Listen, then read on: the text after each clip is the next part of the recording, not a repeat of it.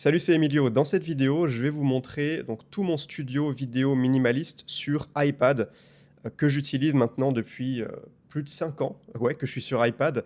Tout mon business, je le gère depuis le iPad, c'est ma machine principale. À la base, j'étais sur le MacBook, mais un jour, en fait, j'avais mon MacBook dans mon sac à dos avec une bouteille d'eau mal fermée. Donc, je te laisse imaginer ce qui s'est passé. La bouteille d'eau s'est renversée, le MacBook complètement niqué. Et au lieu de courir au Apple Store pour en racheter un direct, je me suis dit: «Je vais plutôt essayer», comme j'avais entendu dire que c'était possible de gérer un business, de formateur, création de contenu, formation en ligne avec juste un iPad. J'ai essayé et ça a très bien marché et la preuve est qu'aujourd'hui, je suis à 100 sur iPad et d'ailleurs, j'ai entre-temps racheté plusieurs fois le MacBook quand il sortait un nouveau. Je me suis dit: «Tiens», tu sais, j'ai un peu eu le syndrome de l'objet brillant, nouveau MacBook, il a l'air trop bien, je vois les pubs de Apple et en fait, je l'achète et je me retrouve à toucher l'écran avec mes doigts là, parce que je suis trop habitué à l'écran tactile moi maintenant et ça marche pas. Et en plus, il y a des trucs bizarres, tu as des icônes qui sautillent dans le dock. Je suis là: «Mais c'est quoi ce bordel là? Laisse-moi tranquille». Donc je suis allé le ramener chez Apple. 2 fois ça m'est arrivé. À chaque fois je l'ai ramené à Apple, tu as le droit de le ramener, sous 14 jours. Et je suis revenu sur, iPad. Donc aujourd'hui, je vais te montrer comment je m'organise, comment je fais mes vidéos. Voilà, 2-3 petits trucs. Je vais peut-être oublier certains points, mais tu pourras me poser des questions en commentaire si tu veux. Donc déjà, ce que tu remarques, c'est que là, je suis dans l'application photo, mais je ne suis pas en train de filmer. Je suis en train d'enregistrer l'écran. Tu vois, là, je lance un enregistrement d'écran avec ce bouton-là. Pourquoi je fais ça? Parce que d'habitude, alors déjà pour 2 raisons. La première raison, c'est que je vais ouvrir des fenêtres que je vais aussi montrer à l'écran. Donc en enregistrant l'écran, je vais avoir à la fois l'aperçu vidéo de l'application caméra et ce que je veux montrer. Et aussi, plutôt que de filmer en mode vidéo, tu vois là, ici, tu as mode vidéo, mode photo et tu as mode portrait. Et moi, j'aime bien mode portrait parce que justement, comme la caméra frontale du iPad, la webcam, elle est franchement pas ouf. Au moins là, je peux avoir un petit flou d'arrière-plan artificiel. Tu peux régler ici l'intensité du flou. On va le laisser à 4 là. Et je peux aussi mettre Studio Light. Alors là, ça va parce que je suis bien éclairé, je suis chez moi. Mais des fois, j'ai envie de pouvoir faire des vidéos, par exemple dans un café, dans un endroit un petit peu random.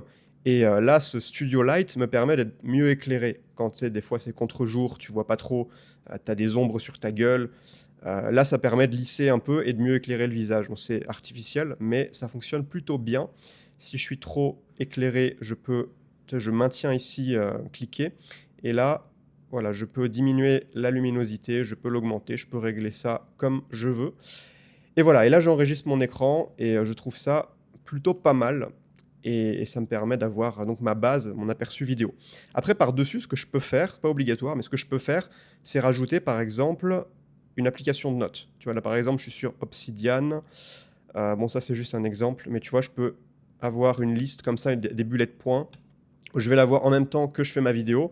Je peux lire ma note, ça fait un support visuel texte en plus. Je peux rajouter des images, je peux rajouter des schémas, des choses comme ça. Et ça, je l'ai beaucoup fait. Et c'est des vidéos plutôt sympas à regarder, je trouve en tout cas.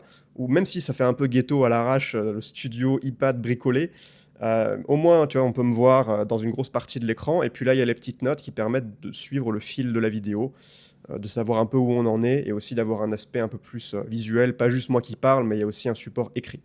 Donc voilà, ça c'est assez cool, je trouve. Après, autre chose qu'on peut faire, c'est, bah, du coup, ce qui est bien avec iPad, c'est qu'il y a le fameux Apple Pencil.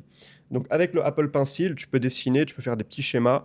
Là, je vais ouvrir par exemple l'application Notability. Moi, j'utilise celle-là, mais il y en a plein d'autres, hein. Je recommande même pas celle-là forcément plus qu'une autre. Donc tu crées un nouveau dessin et là, voilà, tu peux faire tes petits schémas, tu peux écrire «Salut». Je vais pas te faire un tuto complet, mais bon, tu as toute une palette d'outils, donc tu peux pousser le truc assez loin. Juste pour te montrer que tu peux aussi, après tu peux redimensionner les fenêtres, depuis la nouvelle version iPadOS 26. Tu peux choisir la taille, tu vois? Tu peux même les redimensionner sur l'axe Y, ouais, enfin l'axe, vertical, on se comprend. Donc tu peux vraiment arranger les fenêtres comme tu veux, tu peux les déplacer comme ça, si je veux, pourquoi pas? Bon là, ça part un peu en couille, mais ça fonctionne, tu vois? On me voit au milieu, là j'ai une note texte et là je peux dessiner, tu vois? Je peux gribouiller. Bref, je trouve ça assez cool personnellement, c'est assez modulable. Et dernière chose que je voulais te montrer, donc par rapport à la vidéo, c'est mon logiciel de montage. Celui-là, je l'utilise depuis que je suis sur iPad en fait et vraiment, ça fait tout. Tu peux pas avoir des effets de fou comme tu aurais avec Premiere Pro, DaVinci Resolve, des logiciels vraiment professionnels, mais tu as tout ce qu'il faut si toi, tu es formateur, tu fais du contenu éducatif, tu n'as pas besoin d'effets cinématographiques. L'application que j'utilise s'appelle LumaFusion, la voici.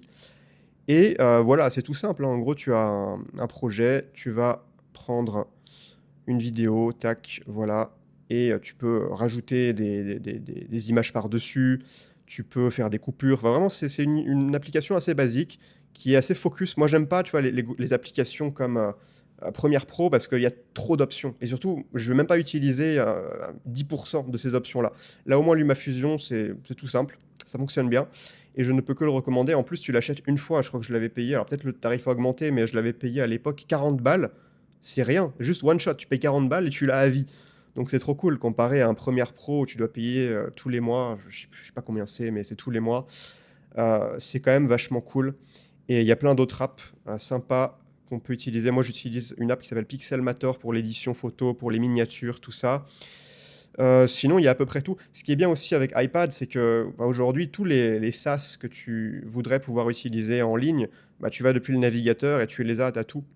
Ça fonctionne parfaitement, il n'y a pas de problème de compatibilité.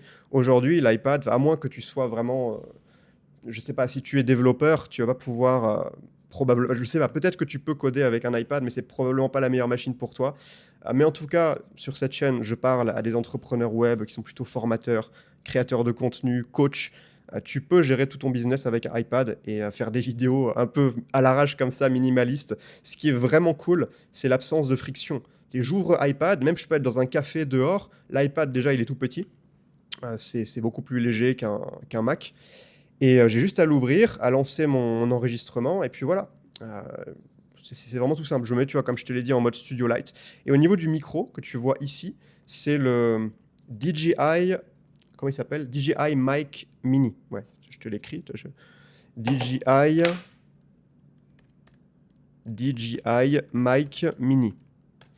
Et je suis très satisfait de ce micro, donc je le recommande les yeux fermés. Avant, j'utilisais un dictaphone qui n'était pas directement lié au iPad, donc je vais faire importer le fichier manuellement et faire la synchro après, c'était un peu chiant. Là, ce qui est vraiment bien aussi, c'est que j'ai pas à me filmer avec une caméra, un gros réflexe externe, et après je dois enlever la carte SD, transférer le fichier sur mon application de montage. Là, c'est directement sur ma machine, donc c'est vraiment cool. Après, effectivement, je filme pas en 4K, mais bon, moi personnellement, je m'en fous. Et ce que tu vois aussi, ce sur quoi j'ai branché mon micro, ça c'est mon super gadget. C'est le bras articulé. À la base, tu sais, c'était une petite lampe. C'est une lampe USB-C. Tu la branches en USB-C et ça te fait une petite lumière. Bon, c'est un gadget. J'ai coupé la lampe, ça me fait un bras articulé comme ça. À la base, je voulais la brancher en USB-C au clavier du iPad, sauf que ça, il n'y a pas assez de portée si je fais ça. Donc je le cale juste sous le clavier. Excuse-moi. Je la cale sous le clavier, en fait ça tient, voilà. Et j'ai mon petit micro, je peux le régler. Donc ça la petit instant bricolage, le trépied, enfin c'est pas un trépied, mais le porte-micro do it yourself à la Emilio, en mode minimaliste, voilà. Si tu as des questions sur mon setup, bon, je t'ai pas tout montré, mais en tout cas c'est comme ça que je fais et ça marche plutôt bien pour moi. Si tu as des questions, laisse-les-moi en commentaire. Et si tu veux aller plus loin, tu peux télécharger le guide du créateur minimaliste où je te donne tout plein de conseils issus de mon expérience sur comment monter un business rentable en partageant tes connaissances sans te prendre la tête, sans stratégie compliquée, vraiment en restant concentré sur l'essentiel et en prenant un maximum de plaisir dans ton activité au quotidien. Sur ce, je te souhaite une excellente journée. Lien en description pour le guide du créateur minimaliste. À plus. Ciao, ciao.